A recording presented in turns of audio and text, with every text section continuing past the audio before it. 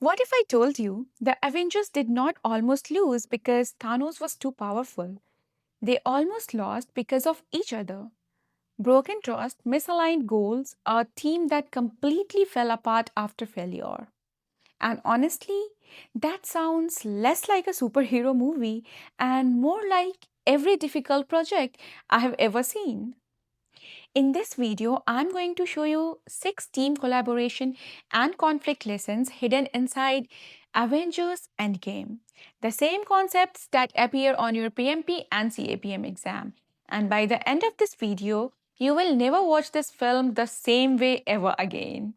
Fair warning, if you have not seen Endgame yet, first of all, what are you doing with your life? And second, mild spoilers are ahead. You have been warned. This is episode 3 of PM at the Movies, where every week I take a film you have already watched and show you the project management lesson hiding inside it. I'm Harshita, PMP and CAPM certified based in Calgary. If you missed episode 1 where we broke the Martian, or episode 2 where the Joker taught us everything about the scope creep, both links are up right here. Now, let's go back to 2023, 5 years after the snap. The team is broken.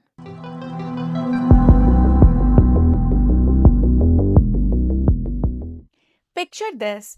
The most powerful team ever assembled just failed completely and publicly. Half the universe is gone. And what happens to the team after that? They fall apart. Tony Stark isolates himself in a cabin by a lake, completely checked out. Thor is in dark place, comfort eating, avoiding everyone, and unrecognizable from the leader he once was. Hulk has reinvented himself entirely, almost like a different person trying to pretend the old one did not even exist. Hawkeye has gone completely rogue, channeling his grief into something destructive.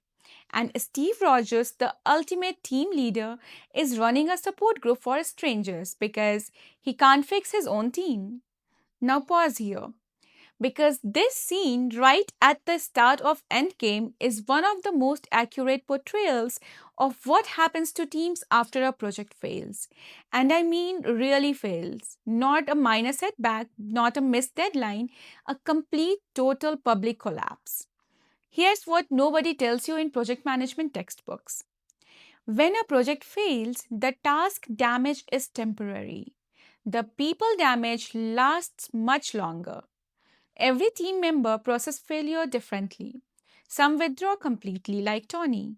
Some lose their identity, like Thor. Some reinvent themselves to cope, like Bruce. Some redirect their pain into something destructive, like Clint. And some keep showing up for everyone else while quietly breaking inside, like Steve and Natasha. In project management, we call this the regression in team development.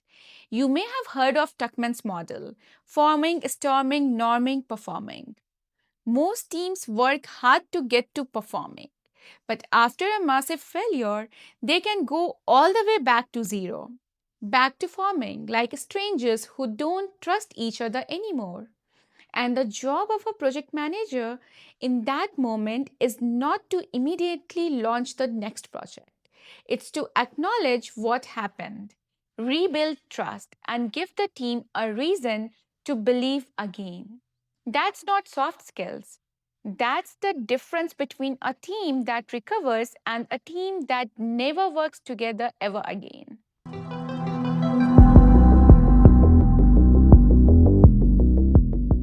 Okay, so the team gets back together. Scott Lang shows up with a wild idea of time travel. And what happens next is the most chaotic planning meeting you will ever see. Tony says it's impossible. Scott says it is absolutely possible. Bruce has a completely different scientific theory. Rhodey wants to use the plan to do something totally different. Thor does not particularly care either way. And everyone is talking over everyone else. Sound familiar? This is what every project kickoff meeting looks like when you have brilliant, strong willed people in the same room. In project management, we call this the storming phase. And here's what most people get wrong about storming. They think conflict in a planning meeting is a sign that something is broken. It's not. Conflict in planning is actually a sign that people care enough to push back. The problem isn't the conflict. The problem is when there is no process to resolve it. The Avengers had no decision making framework, no defined roles in the discussion, no one person with the authority to say, okay, we have heard everyone, here is the decision. So the meeting went in circles. Now, look at who eventually brings order to the chaos: Natasha and Steve. They are not the smartest people in the room. They are not the most powerful. But they are the ones listening to everyone, synthesizing their ideas, and moving the group toward a decision. That is project management. Not having all the answers, knowing how to move a group of smart, conflicting people toward one aligned outcome. On your PMP exam, this is called conflict resolution and facilitation, and it is one of the most tested interpersonal skills in the entire exam.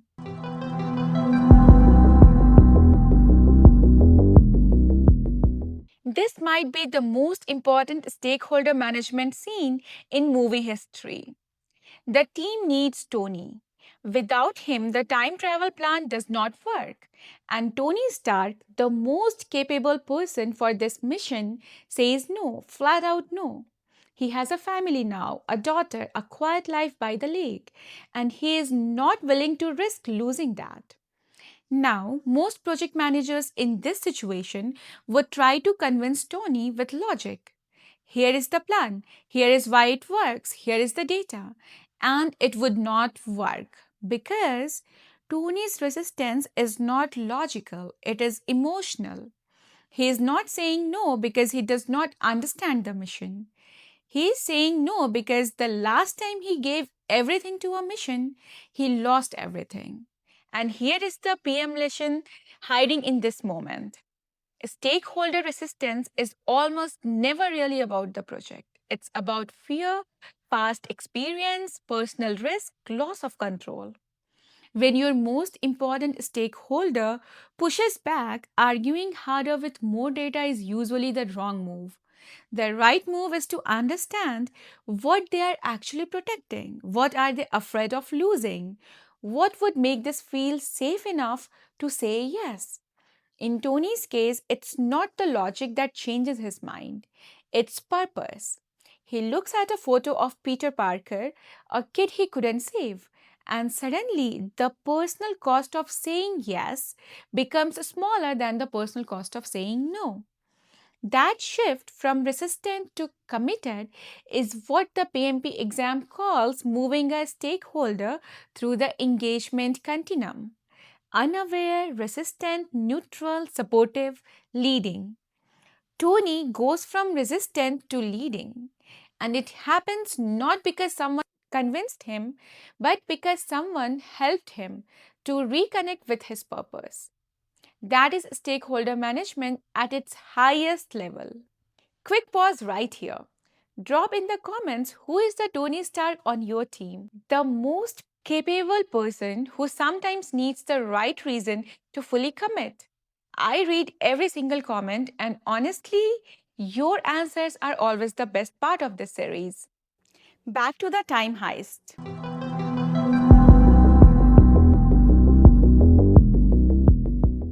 All right, the team finally has a plan. They split into groups and travel to different time periods simultaneously. New York 2012, Asgard 2013, Warmere 2014, Camp Lehigh 1970. Multiple teams, multiple locations, all running at the same time. And almost immediately, things start falling apart. In New York, Tony and Scott lose the Tesseract. Loki escapes with it. The whole New York mission fails. In Warmere, Natasha and Clint face an impossible personal sacrifice that nobody planned for. In Asgard, unexpected complications pull Thor completely off track emotionally. And because all of this is happening simultaneously, There is no central coordination. Each team is making independent decisions with no visibility into what the other teams are doing. This is one of the most common failure points in real projects. And it has a name: parallel work stream coordination failure. Here is how it happens. A project is behind schedule, so the project manager decides to run multiple work streams simultaneously to save time. The development team builds the product, the design team builds the interface, the testing team prepares the test environment, all at the same time. Smart in theory, but when the development team makes a change, the design team does not know. When the testing environment needs something different, nobody told the development team, and by the time all three work streams are supposed to come together, they don't fit because nobody was coordinating the connections between them. In PMBOK, this is called integrated change control. When one part of the project changes, the impact on every other part must be assessed immediately. Not at the end, not at the next meeting, immediately. The Avengers needed a war room with real time visibility across all four teams. Instead, everyone was flying blind, literally. The fix in real project is simple but discipline heavy.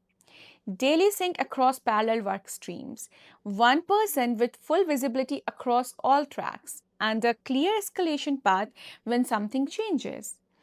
That discipline is what separates projects that deliver from projects that almost deliver.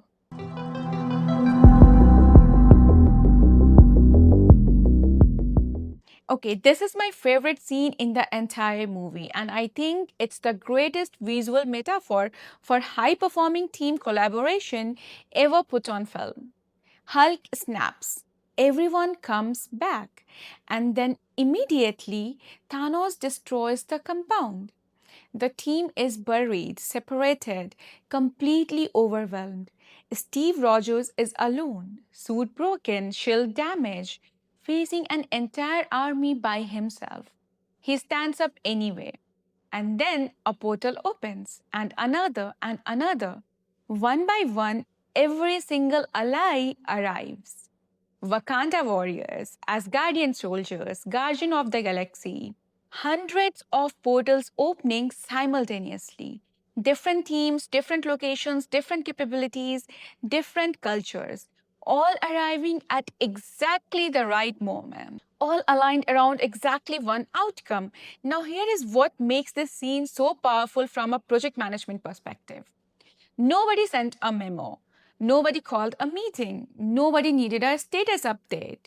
The mission was so clear, so deeply understood by every single person that when the moment came, everyone knew exactly what to do. That is the definition of a high performing cross functional team. Not a team that never has a conflict, not a team that always agrees, but a team where the purpose is so clear and so shared that coordination becomes almost instinctive. In project management, we talk a lot about team performance, but the highest level of team performance is not efficiency, it's trust and alignment, so deep that people act in sync without being told to. The portal scene is what your project team looks like when every person, regardless of their role, their background, their location, truly understands and owns the outcome. And building that starts in the planning meeting. It starts with how you communicate the mission. It starts with whether your team member feel like passengers in the project or owners of it.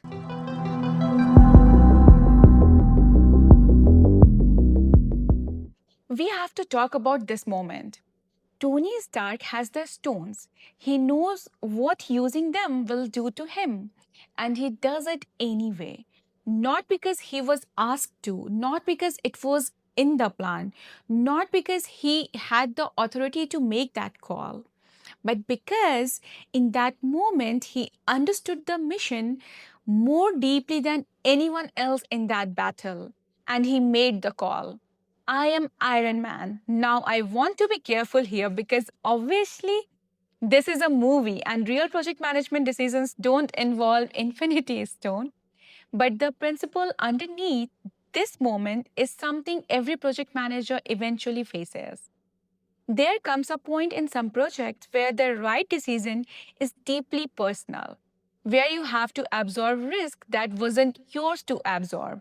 Whether where you choose the outcome of the project over your own comfort. Maybe it's taking accountability for a failure that wasn't entirely your fault to protect your team. Maybe it's pushing back on a sponsor's bad decision even when it puts your position at risk. Maybe it's making a hard call that nobody else is willing to make. In project management, we call this servant leadership.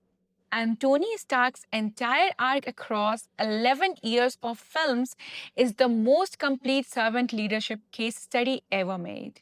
He starts as someone who leads for recognition. He ends as someone who leads for legacy. That shift from leading for yourself to leading for the mission is what separates managers from leaders. And it is exactly what the PMP exam tests when it asks about leadership styles and emotional intelligence.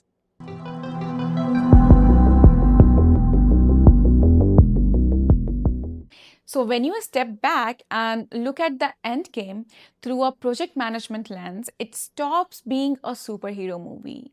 It becomes a case study in everything that makes teams succeed and fail. A team that regressed all the way back to zero after failure and had to rebuild trust from scratch. A planning meeting full of brilliant, conflicting people who needed facilitation, not force. A critical stakeholder who said no and needed purpose, not logic to say yes.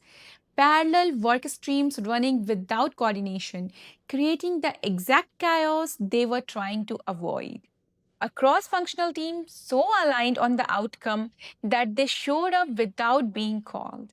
And the leader who understood that the greatest projects ask something deeply personal from the people who lead them.